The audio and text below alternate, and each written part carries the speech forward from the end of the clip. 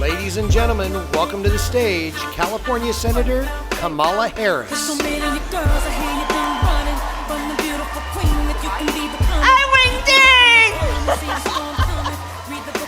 Oh, it's great to be with you. It is so great to be with you. This is historic. I can't believe I'm standing on this stage. Thank you. And I have to first, I'm going to just ask you, I hope to earn your support that you will caucus with me on election night. But let me just say that I think we all know this is an inflection moment in the history of our country. It's a moment in time that is requiring us each and collectively to look in a mirror and ask a question. That question being, who are we? And I think we all know part of the answer to that question is we are better than this. So this is a moment in time for us to fight for the best of who we are, and fight we will, and this is not a new fight for us. We fight for our country. That's the nature of who we are. And so we're going to fight because we love our country, and we know its promise, and we know we are better than this. And I'll tell you, I come from a family of fighters. My parents met when they were active in the civil rights movement. My sister and I joke we grew up surrounded by a bunch of adults who spent full time marching and shouting for justice. In fact, my mother, she was tough. My mother was all of 5 feet tall. But if you ever met her, you would have thought she was 10 feet tall. And she was the kind of parent who, if she ever came home complaining about something, our mother would look at you with a straight face, maybe one hand on a hip, and she would say, well, what are you going to do about it? So I decided to run for president of the United States. There you go. So let's talk about the current occupant of the White House for a moment, shall we? But we must, it's context. This is a guy who came in on a campaign that was about looking backward.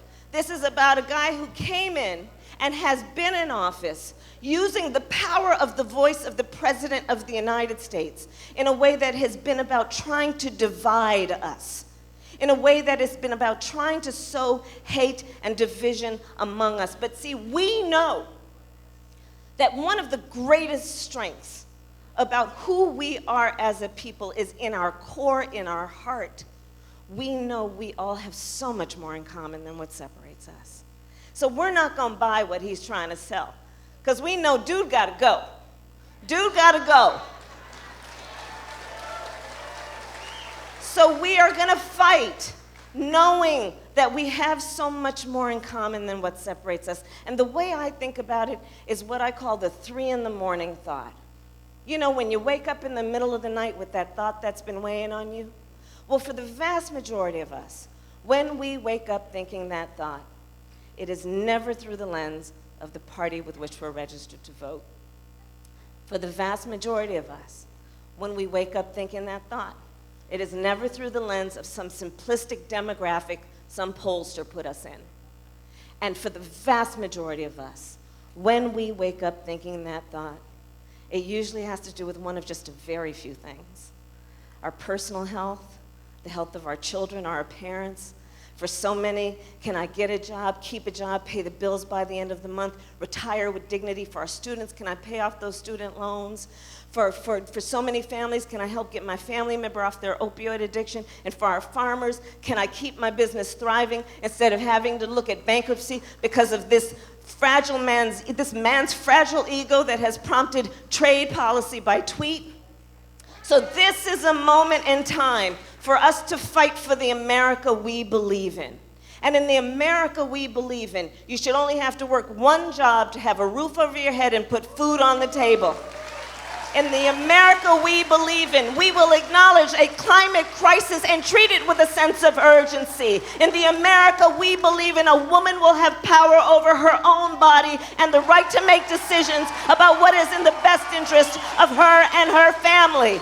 In the America we believe in, all people will have health care and cost will not be the barrier. In the America we believe in, we will pay our teachers their value, understanding how they are helping to raise our kids. And we will fight, because this is a fight born not only out of optimism and knowing what can be, unburdened by what has been. This is a fight not only for the soul of our country, born out of love of country, but this is a fight born out of knowing that this is so much worse than what we ever hoped it could be, and we are better than this. And I promise you, Iowa, we are going to win. Thank you.